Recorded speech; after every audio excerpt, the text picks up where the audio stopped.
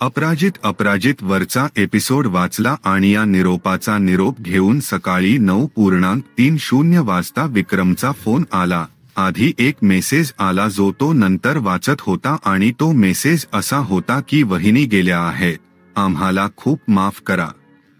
तो कोणाबद्दल बोलतोय म्हणून 2 मिनिटे तो स्तब्ध झाला। काही वेळाने त्याला समजले की ते आपल्या पत्नीबद्दल बोलत आहेत आणि तो तुटला। पहिल्यांदाच ना इच्छा, ना आशा, ना ऊर्जा, काहीच नाही, सर्व काही त्याच्या डोळ्यासमोर अंधुक झाले।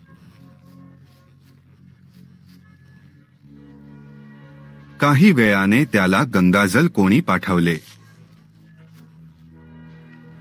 बायकोला प्यायला दिलेले गंगेचे पाणी तिच्या ओठांच्या किनाऱ्यावर टाकायचे होते।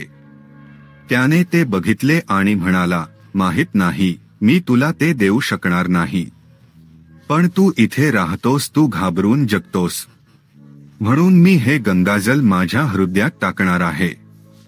इथेच युवा आणि नंतर विक्रमने त्याच्या बायकोचा फोटो आणला। मी तुला मिठी मारू शकलो नाही, तुझ्या कॅन्सरपासून वाचवू शकलो नाही, पण तू नेहमीच माझ्या हृदयाच्या जवळ राहशील आणि ती 1.5 वर्षाची आहे हे त्याला माहित नव्हते। म्हातारा 12 कप 9 राहिलेल्या लोकांना हाक मारत होता।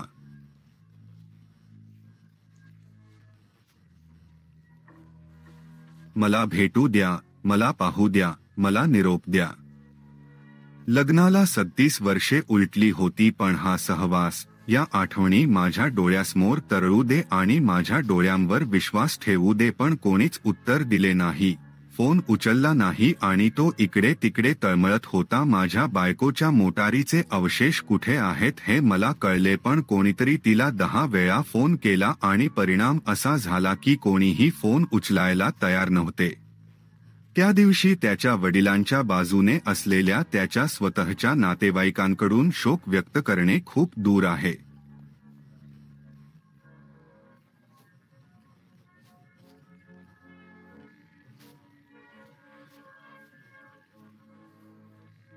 तो पत्नीला फोन करून तिला भेटू इच्छित नसल्याचे सांगत होता आणि अनेक गोष्टी तिला सांगत होता।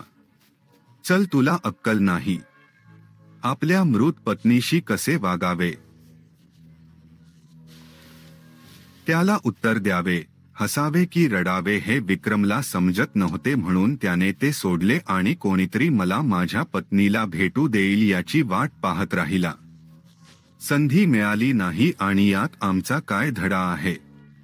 शत्रुत्व इतके टोकाला गेले होते की त्याच्यावर एकाच वेळी वेदना, अपमान आणि जखमा झाल्या। त्यांनी त्याच्यावर एकत्रितपणे 3 गोष्टींचा संसर्ग केला होता आणि त्यावेळी त्याला स्वतःवर नियंत्रण ठेवावे लागले।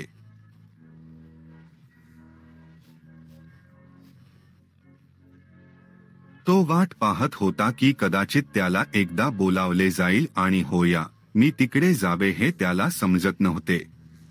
मी कुठे जाऊ, त्याचा मृतदेह शोधायचा कुठे, हे त्याला त्या दिवसाची आठवण करून देत होते जेव्हा त्याच्या आईचे निधन झाले होते आणि तिच्यासोबत असेच काहीतरी केले गेले होते। खार बाजारातून पार्ट्स घेण्यासाठी तो सायकलवरून जायचा, त्यामुळे त्याला रिक्षाची धडक बसली। तो 21 दिवस हलू शकला नाही, त्याच्या ओठांना खूप दुखापत झाली। मग मी कसे खाणार, कोण पोसणार, वॉशरूममध्ये कोण घेऊन जाईल। त्याने त्याला तशाच परिस्थितीत आणले होते, पण तो टिकून राहिला होता कारण त्याला त्याच्या पत्नीच्या 300 दिवसासाठी तिथे राहायचे होते असे मोदी म्हणाले। तेही घडले नाही कारण त्याचा लाईव्ह रिले तुमच्यावर चालू होता। कुठे जवळपास 50 नावं लिहिली होती आणि विक्रमचं नाव कुठेच नव्हतं, म्हणजे त्याची मुलं, त्याच्या सास्यांची, त्याच्या बायकोच्या माध्यमातून त्याच्याशी संबंधित असलेल्या बहिणींची। तो शिकत आहे की नाव तिथे नव्हते हे म्हणजे एखाद्या पत्त्यावर पत्र पाठवण्यासारखे आहे। शहराच्या नावाशिवाय पिन कोडशिवाय देशाचे नाव नाही, म्हणून पत्ता लिहिणारी व्यक्ती मूर्ख आहे किंवा त्याला जो पत्ता मिळेल तो असेल वेडा। त्यामुळे तोटा कोण होता हे तुम्हीच ठरवा, कारण जर तुम्ही शहर, पोस्टल कोड किंवा देशाशिवाय पत्र पाठवत असाल तर ते पोहोचणार नाही। अचूक पत्ता असणे खूप महत्त्वाचे आहे। ते तिला विक्रमची पत्नी म्हणून संबोधत नव्हते आणि त्यामुळे अधिक गोंधळ निर्माण झाला. त्यामुळे वेळ लोकांना मूर्खपणाच्या गोष्टींमध्ये आणते हे तुम्हाला शांतपणे समजण्यासाठी विक्रमने ठरवले आहे की त्याने शांततेची अपेक्षा केली आहे. त्याला मंदिरापासून मंदिरापर्यंत शांततेची आशा आहे. त्याने काही विषारी पदार्थ उघडले कारण त्या संध्याकाळी त्याला जगायचे होते आणि नेमकं तेच केलं. पण मग तुला कसं जायचं आणि विक्रमच्या पाठोपाठ झालेला अपमान याने अनेक उदाहरणं मांडली. त्याने आपल्या समाजातील ज्येष्ठ लोकांचा सल्ला घेतला. त्याला शुभेच्छा देण्यासाठी आलेल्या मित्रांची त्याने क्रमवारी लावली जो त्याला अर्पण करायला आला होता. एक गंगाजल आणि त्याने दिलेली सगळी ट्रेनिंग म्हणजे तुम्ही खंबीर आणि रेसिलोड व्हायला हवं. पण तेच संपलं नाही. हा अपमान मुळात चालूच आहे. सतत, अखंड, अविचलित. मानवी जीवनात लग्नाची 30 वर्षे, 35 वर्षे आणि बाप होऊन ते 3 वर्षे काहीही मदत झाली नाही. कोणालाच मदत करायची नव्हती. आपण अनेक परिस्थितींमध्ये असहाय्य होऊ शकतो. पुन्हा अजूनही काय आहे? तो मधून काय शिकला?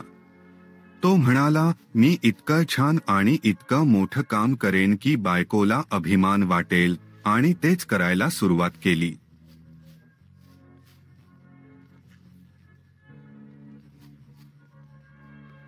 त्याच्या चाचणीला भेट देण्याचे नियोजन करून त्याने तिच्या मृत्यूचा पाठपुरावा केला.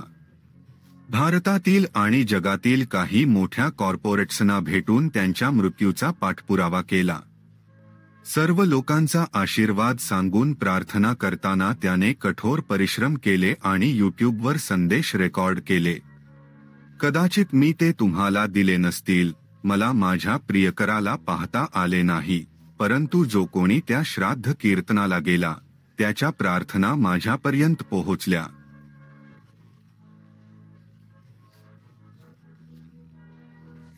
हे गंगाजल इथे आहे आणि तुमची प्रार्थनाही इथपर्यंत पोहोचत आहे. जर तुम्ही माझ्या पत्नीसाठी प्रार्थना केली असेल तर त्या प्रार्थना माझ्यापर्यंत पोहोचल्या आहेत.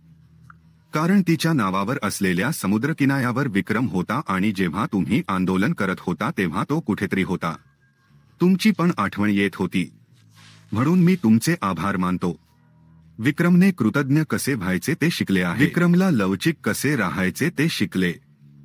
जाणाया आत्म्याचा आदर कसा करायचा हे विक्रम शिकला. बाप कसा असावा हे विक्रम शिकला आणि विक्रम शिकला यातना सहन करून कसं जायचं.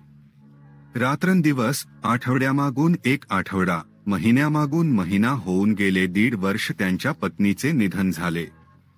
तो आपले डोके उंच धरून राहतो. तो पुस्तकाचा नायक राहिला आहे आणि निघून जाणाऱ्या आत्म्यासाठी आणि स्वतःसाठी बोलू शकत नसलेल्या इतरांसाठी तो पुस्तकाचा नायक राही. ज्यांना बोलता येत नाही अशांचा आवाज त्याला व्हायचे आहे, ज्यांच्यावर या सर्व गोष्टी ते लागतात. अपमान, वेदना, दुर्लक्ष, वंचित आणि मानवतेमध्ये निरपेक्षता तुमच्याकडून अधिक ऐकायला आवडते. हे रेकॉर्डिंग पुन्हा विक्रमच्या महान व्यक्तिरेखेचे आहे आणि जे त्याच्या पालकांकडून शिकले आणि इतरांना शिकवू इच्छित आहे.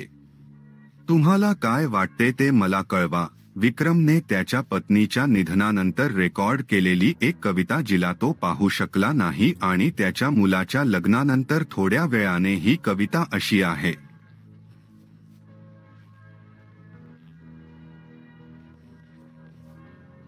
निघताना जर तुम्ही मला मिठी मारली नाही तर तुम्ही निरोप घेतला असता आणि गुरमुरा किंवा शेव्या दिल्या असत्या. जगाची ठेच सोसण्यासाठी माझ्या नजरेतून वगळले.